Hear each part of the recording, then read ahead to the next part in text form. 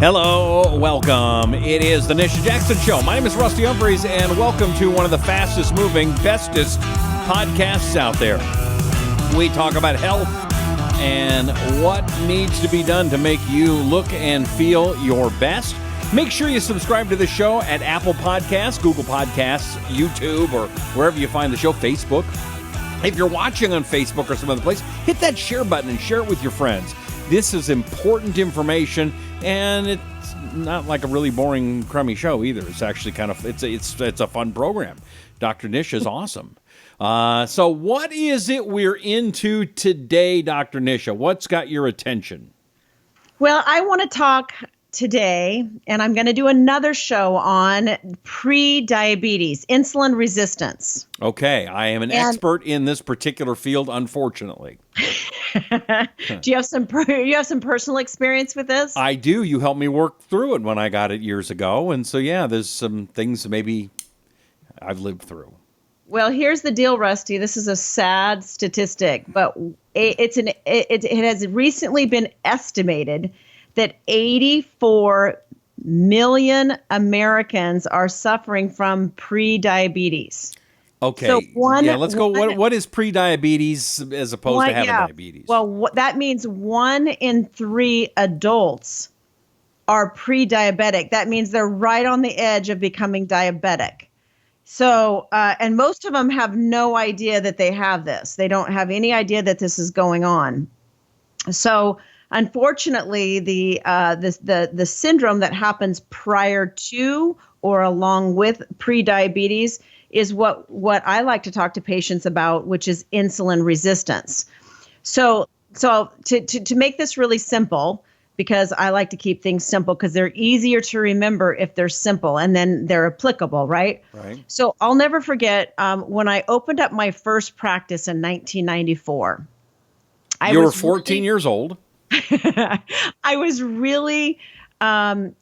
very passionate about teaching people to not eat the food pyramid recommendations. The food pyramid recommendations back in the day, since now it's obsolete, was to eat 6 to 11 bread servings a day, which now has caused our nation to be pre-diabetic. Do you really think that food pyramid was that bad for us?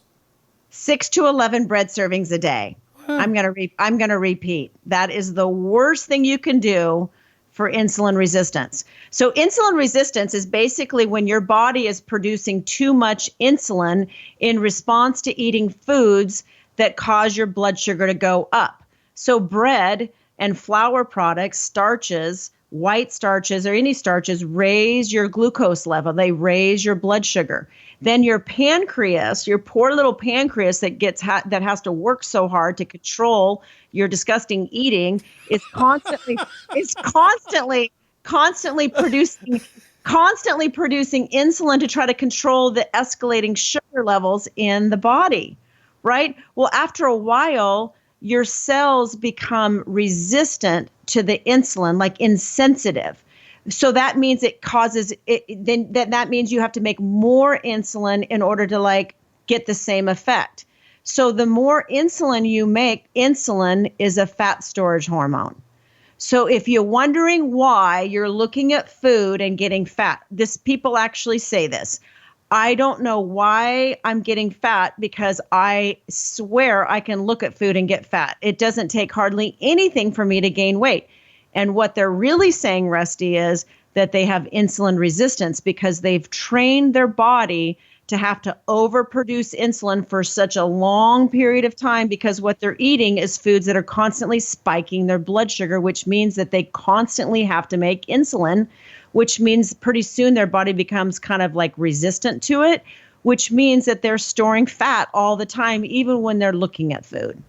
So this is a really, really bad problem because what happens is diabetes is basically, for lack of better description, more complicated description, it's basically after a while your pancreas can't do it anymore. So it's not making enough insulin, and then you have this escalation of blood glucose or blood sugar levels that's out of control. Now, do you get a lot of people that go, diabetes, I got it, it's no big deal, I don't even worry about it, it doesn't even hardly affect me? You get that a lot?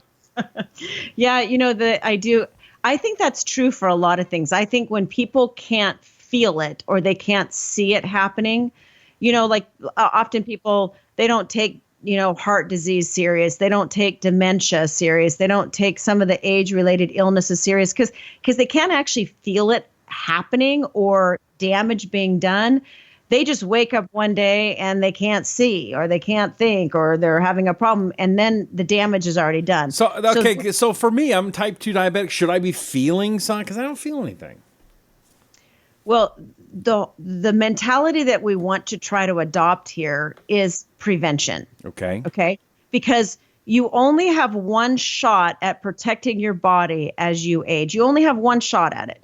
So at some point you're going to run out of chances, and the damage is being done. I don't care what age you are. You could be 10 and the damage is being done from the way that you're eating. So, and I do believe that this is the main issue that we're going to be dealing with as people age, because we're starting out. When I first started practicing medicine, Rusty, we would not see younger people with type 2 diabetes. We used to call it adult onset diabetes. Right. Hello. You're not getting kids. Yeah. Now we have kids with type 2 diabetes. No, you're not getting kids. It's adults. Oh, no, it's not adult onset diabetes. It's kid diabetes now. Okay, diabetes like with how children. old kids are you seeing with type 2 diabetes? Thanks to the USRD food pyramid, we have type 2 diabetes in children. So anyway, back to insulin resistance. So insulin resistance and prediabetes, insulin resistance is kind of the syndrome that leads into prediabetes. And prediabetes is the state in which you start to see the escalation of your glucose going up. It's not full-blown diabetes. It's like the beginning of it. And there's a lot of things you can do, Rusty, that would protect your body from converting to diabetes, but you have to think prevention. Okay, how do we start? And most people are not thinking prevention, but there's many, many things that you can do. One of the things that you can do is start concentrating, getting your family and yourself eating foods that are colorful foods, preferably 50% of your diet being vegetables, which is not what people are. Now we've talked recently about the importance of drinking water, right? And how some people don't even drink a drop of water a day. They don't drink any water. Well, that is the same thing that people do, but with vegetables. They don't even remember the last time they had any fresh vegetables. This is not that uncommon. When is the last time you had a big plate of vegetables, Rusty? I went to the salad bar restaurant today. Oh, that's awesome. And I made sure I had a whole bunch of different colors. I had beets and I had peas and I had celery and I went for a colorful variety. Cheddar cheese, blue cheese. No. Okay, yes. 50% of your diet should be vegetables. This is not only an excellent way of getting more water into your body, since we were on the water subject recently, but it's a wonderful way to help increase the fiber in your diet, which slows the release of sugar into your system. So that's an easy thing that people can do, is to start having more fiber in their diet, preferably fiber not from flour products, but from vegetables. Getting more sleep, in contrast to lack of sleep, which we know can be very harmful for the body, increases your risk of infections, heart disease, and type 2 diabetes. Lack of sleep actually increases your risk of type 2 diabetes, because when you're sleeping, your body's in recovery mode. So it's actually giving you hormones and nutrients and recovery that you need to function at a more optimal level the next day. So people who even get 1 or 2 hours less sleep than they should, and I recommend a minimum of 7 hours of sleep at night, but people who are getting even 1 hour less of sleep have more problems with glucose, blood sugar instability. This has been shown study after study after study. So just sleeping more, Rusty, can help improve your body's ability to manage blood sugar and therefore help prevent the onset of diabetes. Now, I got a hard time believing you're following your own recipe there at 7 hours. I do not believe you sleep 7 hours a night, do you? Absolutely. No, I'm a freak about my sleep. I'm a freak. Here's the deal. I actually need my brain And my brain does not work if I don't sleep. Like I can't function. So water and sleep, those are two things I have to have. Wow. So how many hours do you try to sleep? I really try not to ever get less than 7, but if I'm super stressed, I need more. And So, the irony is that most people sleep less the more stressed they are, right? Those two go hand in hand. I'm stressed, I can't sleep. Not only are they worrying all night, but and they're restless, but they're trying to get more done because they're completely stressed out. But the problem is that's when your brain and your body really needs more sleep, is when you're using so much adrenaline and cortisol during the day. So just sleeping more causes your blood sugar to be more balanced. we need to do a sleep show too, because it's really easy to say, yeah, you should sleep more. Well, duh, but I can't. And I'm sure you've got some great tips for that for maybe some other show. Yeah? Yes. Okay. Yes. We can definitely do that. Okay. So the other thing that you can do is exercise more. We know that exercise helps to control insulin resistance. So one of the things that if you don't know if you have insulin, because you can do a blood test, right? You can do a blood test, not just for blood sugar or blood glucose, but you can look at your fasting insulin level. So these are two different things. A lot of people say, oh, I have my insulin level checked all the time, but they've never had it checked because they're confusing insulin with glucose. So you're talking like the blood glucose monitor you get at the store, and you prick your finger and you get the 1 drop of blood, right?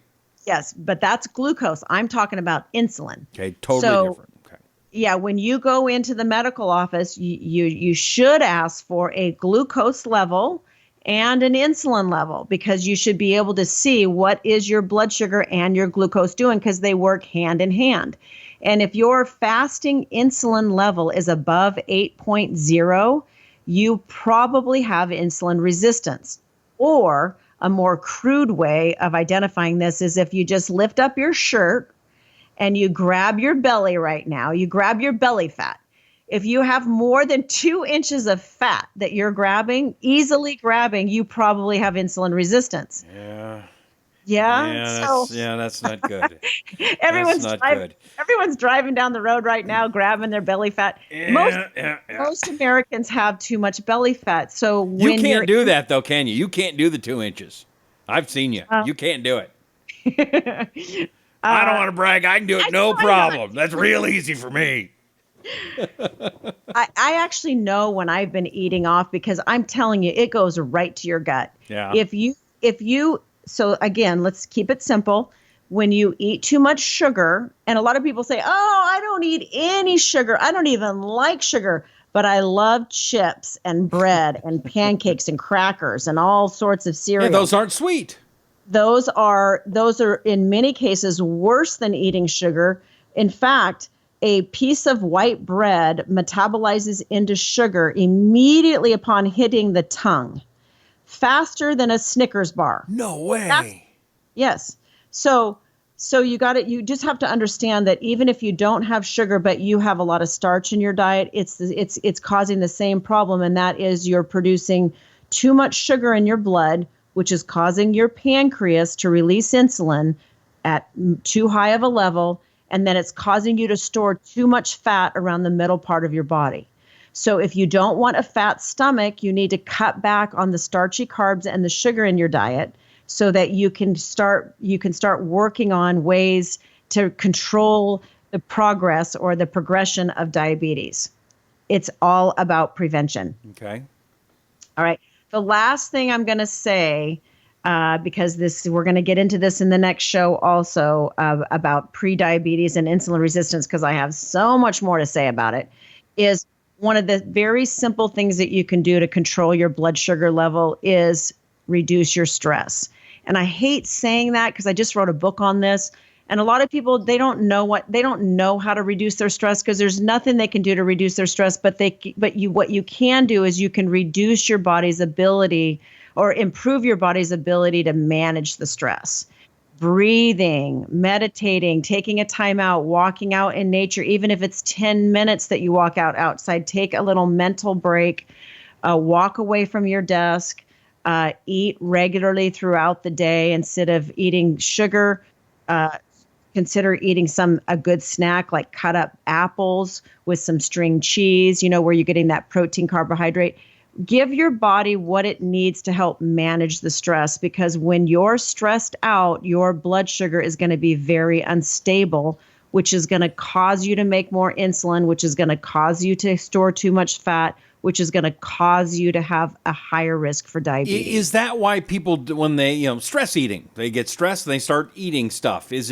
What do you think it's doing for your body, or why do you think your body's craving that?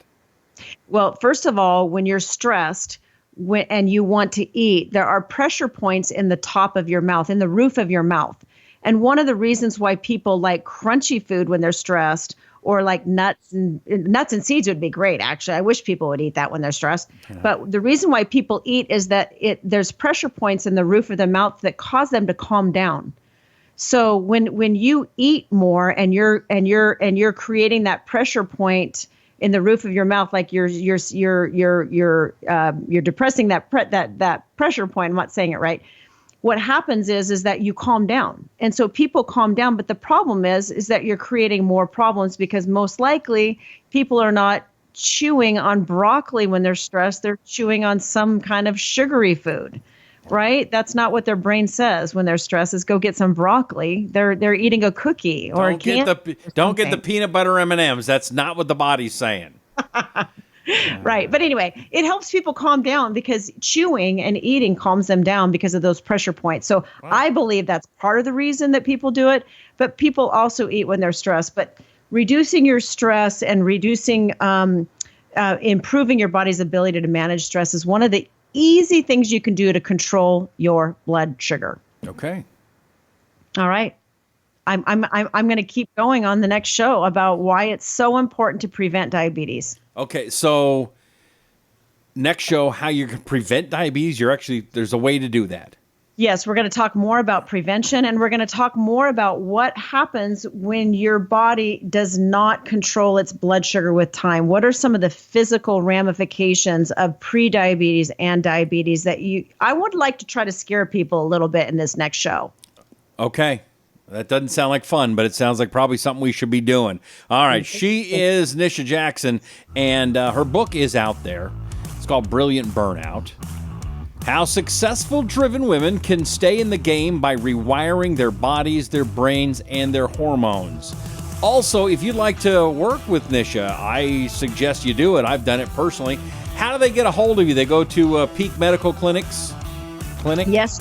Yeah, you can go to peakmedicalclinic.com, or an easy way to go is just to my website, nishajackson.com. Okay, do that. She really is good. She really is that good. She really, really is. I know personal. She's awesome. So I'd go there, peakmedicalclinic.com, nishajackson.com. Also, do us a favor, please, and that is subscribe to this podcast. Hit the subscribe button on YouTube, or hit the subscribe button at Apple Podcasts or Google Podcasts, and then tell your friends about it. How much did you learn today, huh? Did you have fun? Of course you did. So please tell your friends, if you would, please, and subscribe and catch every episode of The Nisha Jackson Show. I'm Rusty Humphries. She's Dr. Nisha Jackson, and we will see you next time here on The Nisha Jackson Show.